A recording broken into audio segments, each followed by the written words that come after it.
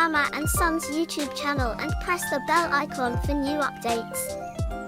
अस्सलाम वालेकुम, welcome back to another vlog. उम्मीद करती हूँ आप लोग सब खैरियत से होंगे। आज मैंने सोचा कि मैं टेरेस पे जाके वॉइस ओवर करती हूँ, थोड़ा सा माइंड भी फ्रेश हो जाएगा और मेरे पास टाइम भी था। जैसे कि आप लोग जानते हैं कि आज फ्राइडे है और आज का दिन माशाल्लाह से मेरे लिए तो बहुत ही अच्छा था। वो इसलिए अच्छा था क्योंकि डेफ़िनेटली आज सुबह से मेरी मम्मा आई हुई हैं, तो जिस दिन वो आती हैं तो मुझे इतना रिलीफ होता है कि बस मैं क्या बताऊँ। खैर, तो इसलिए आज सुबह मैंने नाश्ते में इल्हान को बना कर दिए थे फ्रेंच टोस्ट, बनाना फ्रेंच टोस्ट। यहाँ मम्मा इल्हान को संभाल रही थी, इसलिए इल्हान हद से ज़्यादा बोर हो रहे थे, उनको समझ नहीं आ रहा था मैं क्या करूँ, और इसलिए वो रो रो कर जो है वो मुझे तंग कर रहे थे। खैर, इल्हान को उनकी गाड़ी में बिठा दिया था मैंने, और फिर उसके बाद मैंने सोचा जल्दी से फ्रेंच टोस्ट की तैयारी कर लूँ।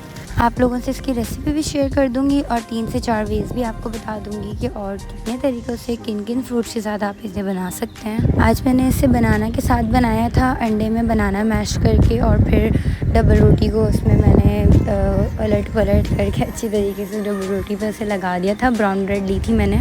वैसे तो मैं वाइट ब्रेड खाती हूँ, लेकिन मेरे हस्बैंड जो है वो भी ब्राउन ब्रेड खाते हैं और मैं इल्हान को भी यही देती हूँ शुरू से। खैर, इसमें करना कुछ नहीं है, सिंपल सिर्फ इतना है कि आपने बनाना को मैश करना है, अंडा उसमें ऐड करना है और उसे डबल रोटी पे लगा के आगे पीछे अच्छी तरीके से, और फिर उसे फ्राई कर लेना है। इसका दूसरा तरीका ये हुआ, आप इसमें रास्पबेरीज़ ऐड कर सकते हैं। मैंने जिस तरीके से बनाना ऐड किया, आप बनाना की जगह रास्पबेरीज़ कर लें, स्ट्रॉबेरी ले लें, या फिर उसके अलावा आप ब्लूबेरीज़ भी ले सकती हैं। एप्पल को स्टीम करके मैं अक्सर वो ऐड कर देती हूँ। वैसे मेरा इरादा था बनाना पैनकेक बनाने का आज इल्हान के लिए, फिर मैंने सोचा कि नहीं छोड़ो, बनाना पैनकेक रहने देती हूँ, तो फिर मैं यही बना देती हूँ। तो फिर मैंने आज ये बना लिया था। आजकल इल्हान इतने ज़्यादा नखरे करने लगे हैं ना खाने पीने में, I can't tell you seriously. मतलब उनको होता है कि हाँ भाई कोई मीठी चीज़ या ऐसी कोई उल्टी सीधी चीज़ होगी तो बहुत शौक से खा लेते हैं, अदरवाइज़ जो मैं चीज़ें बनाती हूँ ना तो उसमें थोड़े नखरे करने लगे हैं अब। इसलिए मैंने यहाँ पे 2 स्लाइसेस बनाए थे, एक स्लाइस मैंने इल्हान को खिलाया और एक स्लाइस मैंने खुद खाया।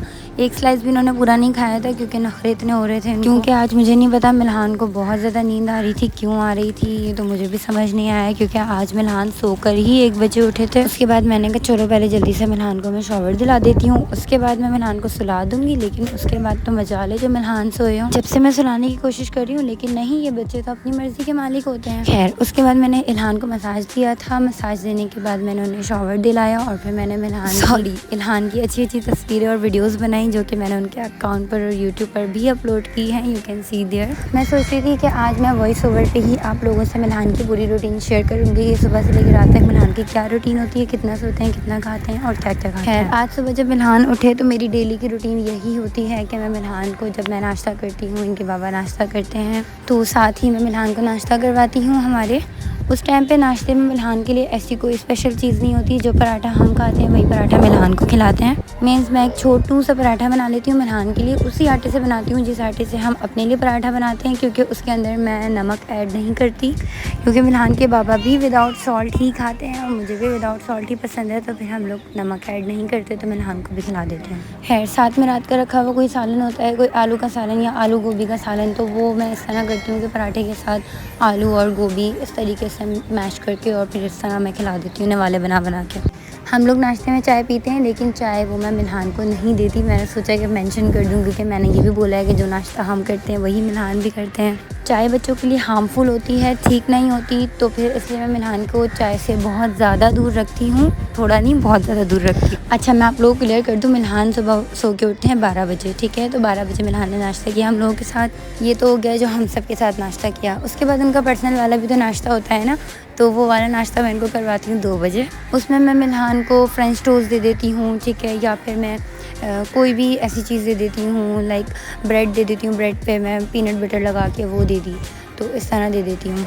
देन 1 से 1.5 घंटे बाद मैं इल्हान को योगर्ट दे देती हूँ, प्लेन योगर्ट। मतलब कभी कभी ऐसा होता है कि कोई फ्रूट ऐड कर दिया, ज़्यादातर प्लेन योगर्ट ही देती हूँ तकरीबन 3:30 बजे तक। उसके बाद मैं इल्हान को देती हूँ साबूदाना। मैं कभी कभी मिल्हान को पहले तो मैं प्लेन ही दिया करती थी, लेकिन अब कभी कभी मैं मिल्हान को फ्रूट्स ऐड करके दे देती हूँ, कभी किसी फ्रूट की प्योरी, कभी किसी फ्रूट की प्योरी है। फिर 5 बजे के बाद 6 बजते हैं और 6 बजे मिल्हान को मैं दे देती हूँ कोई भी फ्रूट दे देती हूँ स्नैक के तौर पे।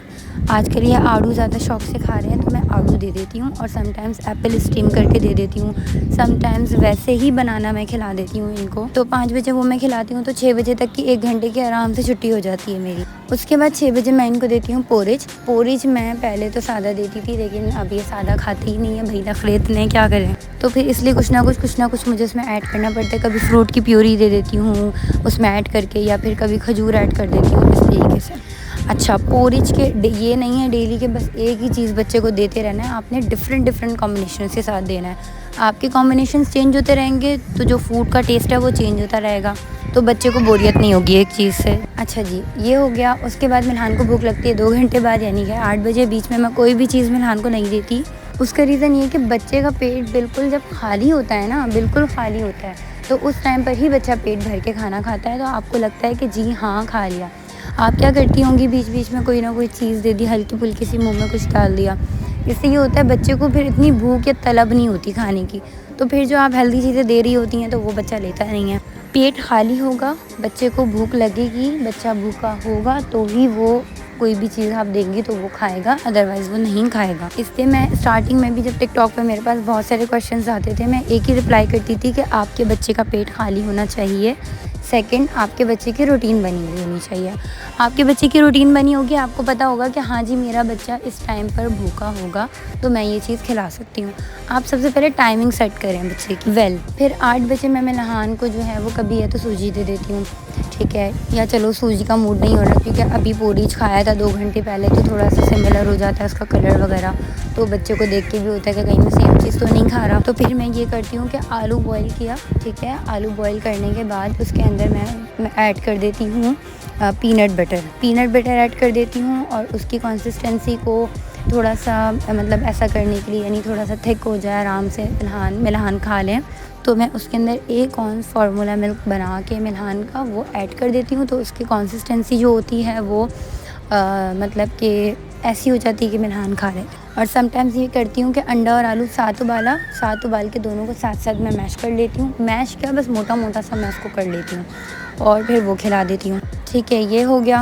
अच्छा, 10-15 दिन में ऐसा होता है, बीच में कभी बिस्किट का एक पैकेट खिला दिया, डाइजेस्टिव बिस्किट, और अभी मैं एक नया बिस्किट लेके आई हूँ, वो तो बहुत ही ज़बरदस्त है बिस्किट ना, तो मैं अब तो वही वाला दे रही हूँ। लेकिन बिस्किट सिर्फ और सिर्फ 15 दिन में एक बार, एंड मेक श्योर कि बिस्किट आटे से बना हुआ हो, शुगर फ्री हो, और कोई आर्टिफिशियल फ्लेवर्स एंड कलर्स ना हो उस बिस्किट में, ठीक है। उसके बाद 10 बज जाते हैं, तो 10 बजे मिल्हान को कोई भी स्नैक दे देती हूँ मैं, लाइक कोई भी, जैसे कॉर्नफ्लेक्स दे दिए, ठीक है, तो मैं इस तरह की चीज़ें दे देती हूँ। तो उससे ये होता है, बस मिल्हान का आखिरी वाला सीन होता है ना वो 10 बजे। फिर 12 बजे मैं सीधा मिल्हान को देती हूँ फिडर, और फिर मैं स्ट्रगल में लग जाती हूँ कि किसी तरह से बस सो जाए ये लड़का। अब आपके दिमाग में डेफिनेटली ये सवाल आएगा कि मैं ये सारी चीज़ें मिल्हान को दिन में देती हूँ, तो फिर मैं फिडर कब देती हूँ? तो जी, फिडर में देती हूँ रात में 12 बजे, जब मिल्हान के सोने का टाइम हो जाता है। अब ज़ाहिर है मैं फिडर दे तो देती हूँ 12 बजे, मेरी कोशिश होती है 12 बजे ये सो जाए, लेकिन सोते नहीं है 12 बजे, सोते वो 1 से 2 बज जाते हैं इनको सोते, तो सोने से पहले एक फिडर और लेते हैं ये।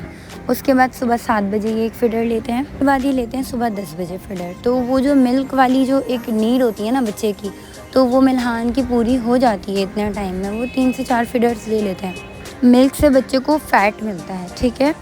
आपका जो बच्चे का जितने न्यूट्रिशंस है ना, वो उसको सॉलिड से ही मिलते हैं, आपको सॉलिड से ही देने पड़ेंगे। अगर आप 6 मंथ्स की बाद टोटली उसको मोस्टली जो है वो फ़िडर्स पे ही रहेगा बच्चा, और इसके अलावा सॉलिड उनका इतना नहीं होगा। 6 मंथ्स के बाद आपने कोशिश करनी है कि फ़िडर को कम करना है, सॉलिड को बढ़ाना है। 6 मंथ्स के बाद अगर सॉलिड कम होगा और फ़िडर बढ़ जाएगी तो बच्चा फिर अपनी हेल्थ को गिराना शुरू कर देता है। तो फिर यही वजह है मैं सारा दिन फ़िडर से मिल्हान को दूर रखती हूँ। हाँ, मेरी तबीयत ठीक नहीं है, या इल्हान तंग कर रहे हैं, या मैं नहीं कर पा रही, कहने का मकसद ये है कि कोई जेन्युइन रीज़न होता है तो ही मैं दिन में कोई एक फ़िडर देती हूँ। मेरे दिमाग में ये चीज़ है कि मैं 1 वीक चैलेंज करूँगी, जिसमें मिल्हान की फुल डे रूटीन, मैं वो क्या क्या खाते हैं और वो किस तरीके से बनता है, हर चीज़ उसमें ऐड करूँगी। इससे आपको अंदाज़ा होगा कि रोज़ाना मील्स में क्या क्या मैं चेंजेस कर रही हूँ, किस तरीके से कर रही हूँ और क्या क्या कॉम्बिनेशंस दे रही हूँ। बस यही था आज का व्लॉग। उम्मीद करती हूँ आप लोगों को पसंद आया होगा। अगर वीडियो अच्छी लगी हो तो वीडियो को लाइक कर दीजिएगा और चैनल को सब्सक्राइब कर दीजिएगा। हम सबको दुआओं में याद रखिएगा और अपना ढेर सारा ख्याल रखिएगा।